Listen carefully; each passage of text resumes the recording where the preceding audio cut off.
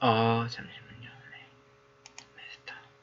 네, 안녕하세요. 저는 디지털 인문학 01분반에서 지금 사이버 강의를 수강하고 있는 건설환경 플랫폼공학과 2024-3998 최준영입니다. 저는 디지털 인문학을 이제 융합 전공을 해서 하게 됐고, 저희 건설환경 플랫폼공학과 최대한 전공을 생각해서 기사를 찾아서 이 발표를 하려 합니다. 발표 제목은 Digital Humanities is Text Heavy. 디지털 인문학은 문자에 치중하고 Virtualization Light. 시각화에 굉장히 탁월하며 하지만 Simulation Poor. 지금 시뮬레이션은 부족하다. 지금 이 주제가 이해가 안 될 수 있지만 제 발표를 들으시면서 이해가 되길 바라며 발표를 시작하겠습니다. 네. 목차는 디지털 인문학은 텍스트뿐인가? 그래서 시뮬레이션은 모델과 다르다. 결론. 사실 이 목차가 되게 이해가 지금 안 될 수 있지만 디지털 인문학 텍스트뿐인가를 네 가지 관점에서 이제 텍스트 위주였던 이유를 설명을 하고 시뮬레이션 모델과 다르다는 예시를 통해서 더 집중적으로 설명을 드리고 결론을 짓겠습니다. 그래서 디지털 인문학 텍스트뿐인가로 바로 시작하겠습니다. 디지털 인문학은 단지 텍스트적인 뿐만이 아니라 시각화에 영향을 들어가는 것이 결론적으로 이 글의 메인 주제예요. 디지털 인문학이 정확히 무엇인지를 먼저 알기 위해서 제가 정의를 한번 찾아봤는데 인문학과 정보 기술을 합쳐진 융합학문이라고 합니다. 결론은 이제 인간의 문자나 뭐 문학을 이런 거를 전부 다 디지털화해서 본다 막 이런 뜻으로 저는 이해했어요. 그래서 텍스트나 문헌에 디지털에 적용되는 컴퓨터 서비스나 도구. 그래서 초기에는 데이터를 표현하는 새로운 방법 그리고 새로운 작업 환경을 제공한다는 주장이 추세였다고 합니다.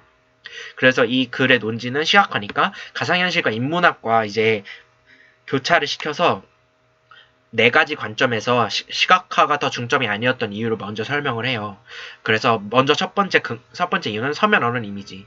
사실 문자와 이미지, 동굴 벽화나 고대 그림에서부터 역사적으로 증명된 사실은 문자와 이미지는 서로 명확하게 구분되지 않는다는 것인데 여기서 문자에 더 치중돼 있다는 거죠. 근데 사실 이미지, 그러니까 virtualization도 충분히 이제 문자 그 이상의 가치가 있다라는 거를 근거를 통해서 보여줬고 두 번째 시각화 사용 능력. 사실 문맹률은 감소했지만 기술의 발전이 늘어나면서 늘어날수록 오히려 디지털 문맹은 급증하는 사태를 보여서 이제 디지털화된 자료에 대한 접근성이 부족해진 거죠. 그래서 오히려 문자 중심으로 더 할 수밖에 없는 그런 상황이 올 수 있었던 거고.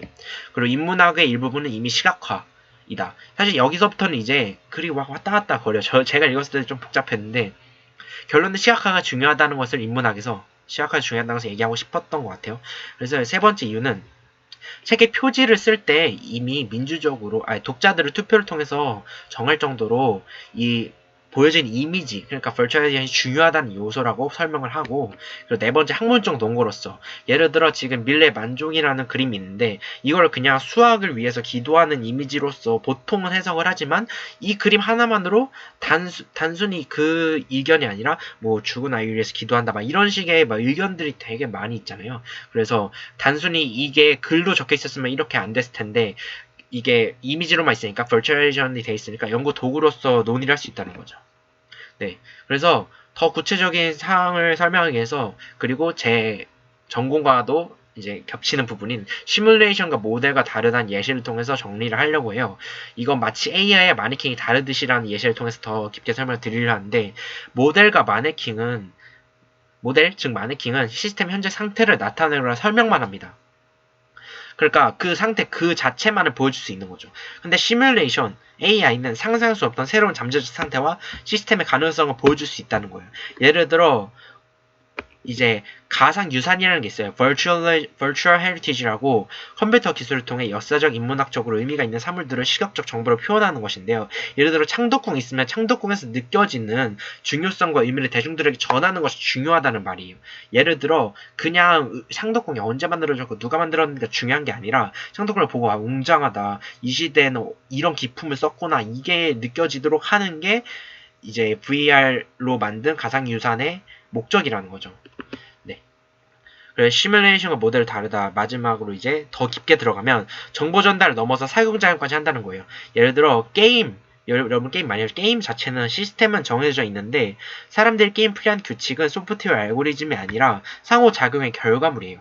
사람들이 이렇게 시각화를 통해서 더 몰입하고 더 많이 이해하고 서로 더 대화하면서 더 많은 것을 창출하게 되는 거죠. 결론은 시각화는 정통적인 독서 행위를 넘어서서 이미 인문학의 일부가 되었다는 거고 요지는 문화적 중요성을 보존하는 전달하는 데 큰 역할을 한다는 거예요. 저희 과는 건설환경 플랜트 공학과인데 건물을 지을 때 어떤 게 느껴지는지 이제 디자인을 하면서 이제 건물의 땅을 만들고 디자인을 하고 설계를 하는 것처럼 이제 보여지는 것도 단순히 설계도보다 더 중요하다는 거죠.